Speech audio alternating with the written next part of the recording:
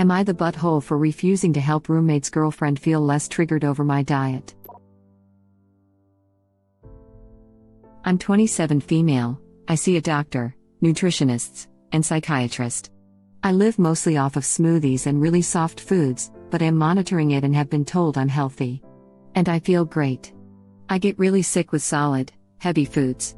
My roommate is dating a woman we'll call Rita. Rita is overweight and always following people into the kitchen.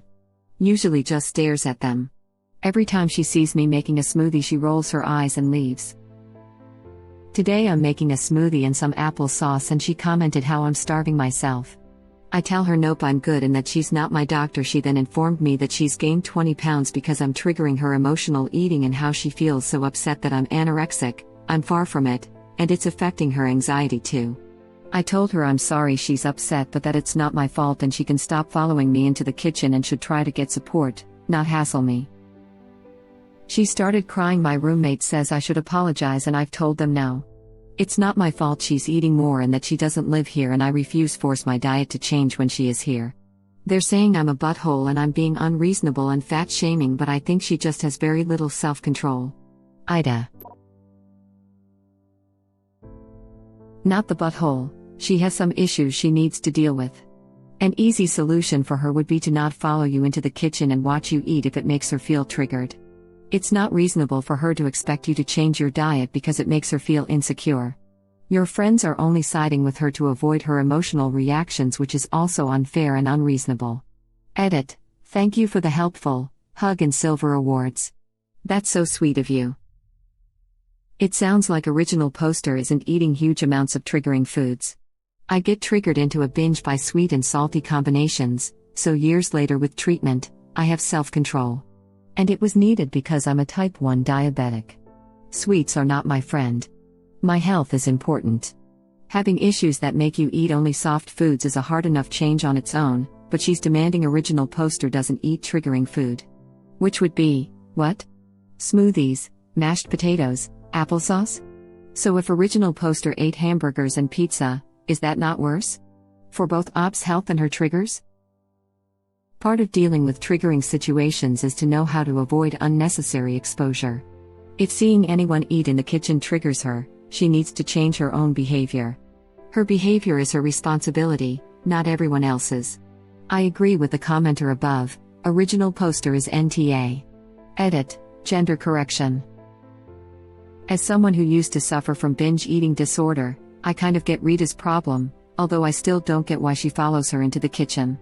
A friend of my then roommate used to be on all kinds of diets, like only drinking hot water with lemon, ginger and honey. She was also beautiful and skinny. Meanwhile, I was struggling with bed and had gained 8 kilograms in 2 weeks. Seeing her and hearing her talk about her diet, pretty sure she actually also had some problems with disordered eating, was a catalyst for either a starving or a binging phase for me.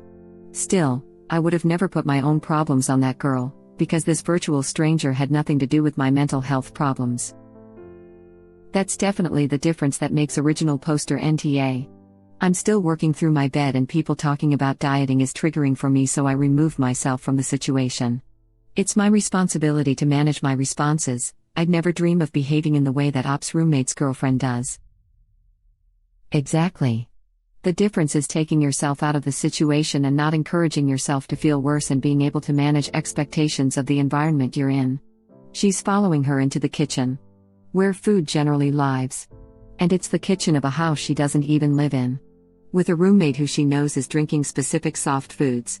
If it's triggering and she's aware enough to recognize that, then she's the one responsible for now pursuing the trigger.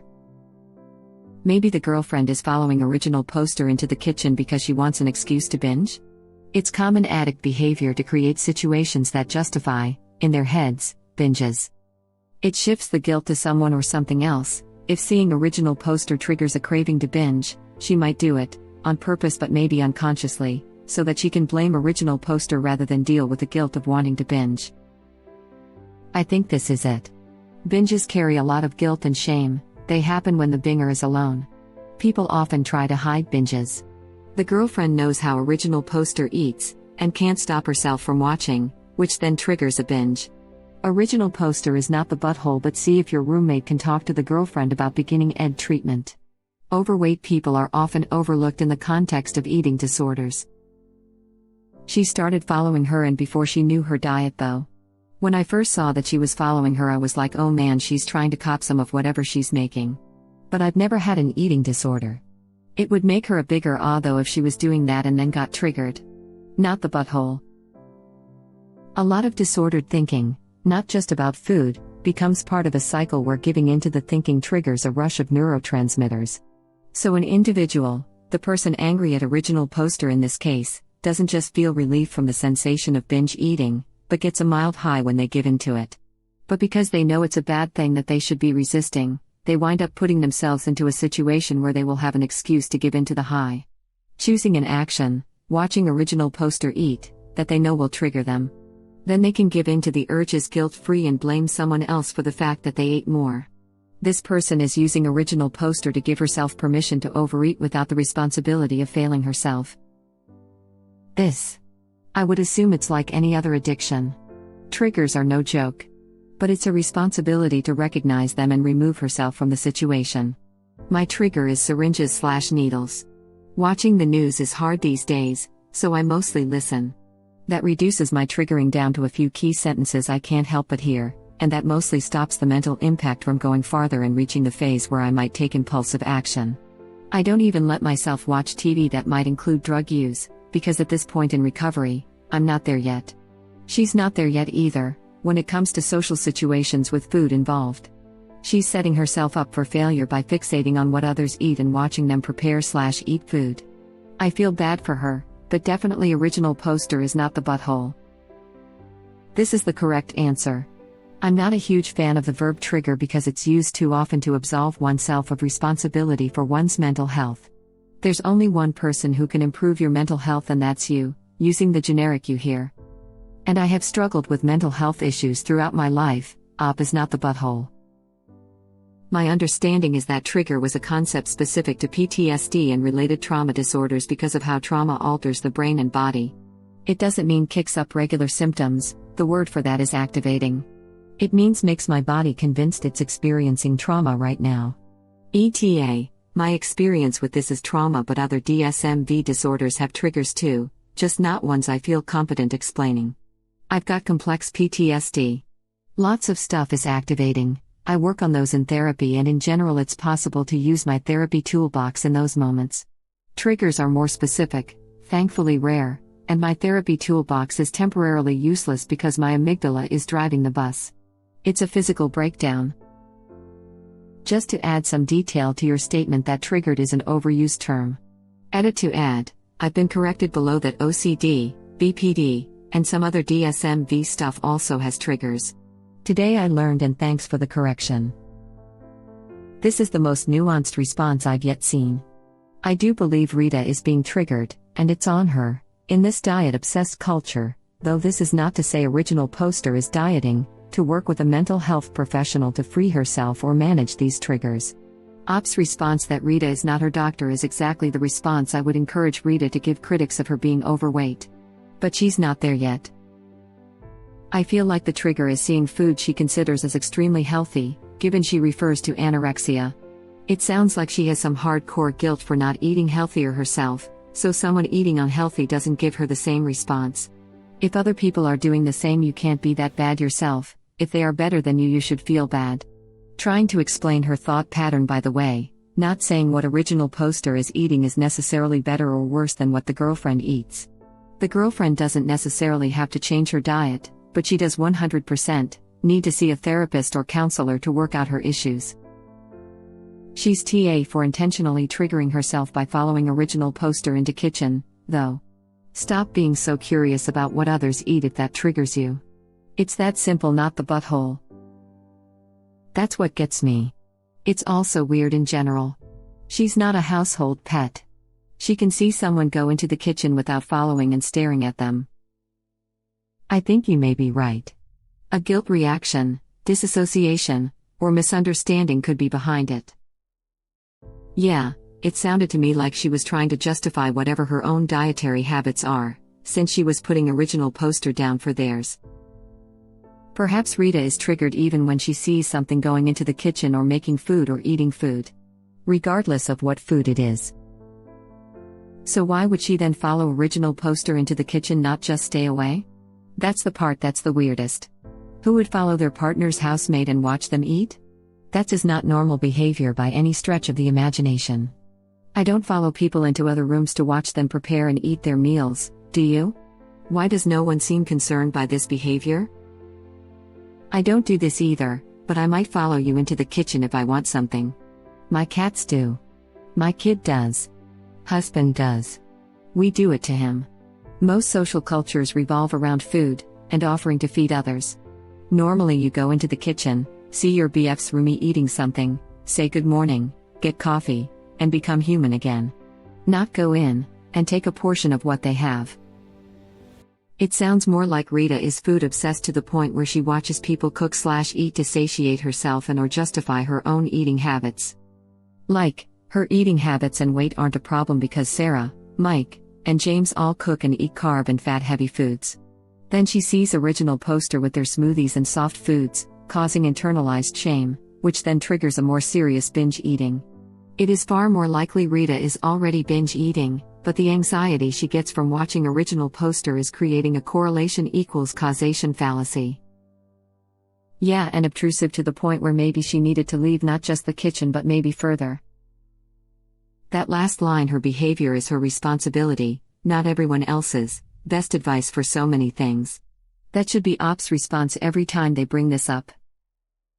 There are very few times you can blame your behavior on others, and one of them is when you're a small child and your parents are supposed to take responsibility for you. Sounds more like she's just pissed off that original poster isn't eating or ordering food like pizzas and burgers etc., because she wants to mooch off her too. Why else would someone follow everyone to the freaking kitchen? To get in on what they're making. So damn it, original poster, stop making food she doesn't want to eat. Lol, crazy. Not the butthole. I just ordered a pizza because I read Op's letter, and it's Sunday morning. It's entirely her fault. No, seriously, how do you get to I gained weight because I obsess over your diet from what original poster makes for herself? It's entirely a matter of one's own behavior, and she can stay the F out of your kitchen and your apartment. In fact, I tell her it's bad for her to visit and she's barred from your apartment from now on. Understanding your cycle for being triggered is the first step. It sounds like she needs to seek outside help. Sometimes watching people cook or eat triggers strong dizziness and nausea in me. At my parents' house, downstairs, living room and kitchen, doesn't have a partition wall, it's all one room. If someone is cooking, I go upstairs. No one should have to stop doing something like feeding themselves because I don't feel well. The only time I'd ever ask friends, family or flatmates at university to stop or wait to eat food is if we are trapped in a moving vehicle like a car or sat together on a train, or if I can't leave the area where they're eating. I can't believe the audacity of that woman. I would never ask my boyfriend's flatmates to stop cooking when I'm there, I'd just politely excuse myself. Also, the fact that she can roll her eyes at Ops making a smoothie doesn't exactly sound triggered, it sounds annoyed.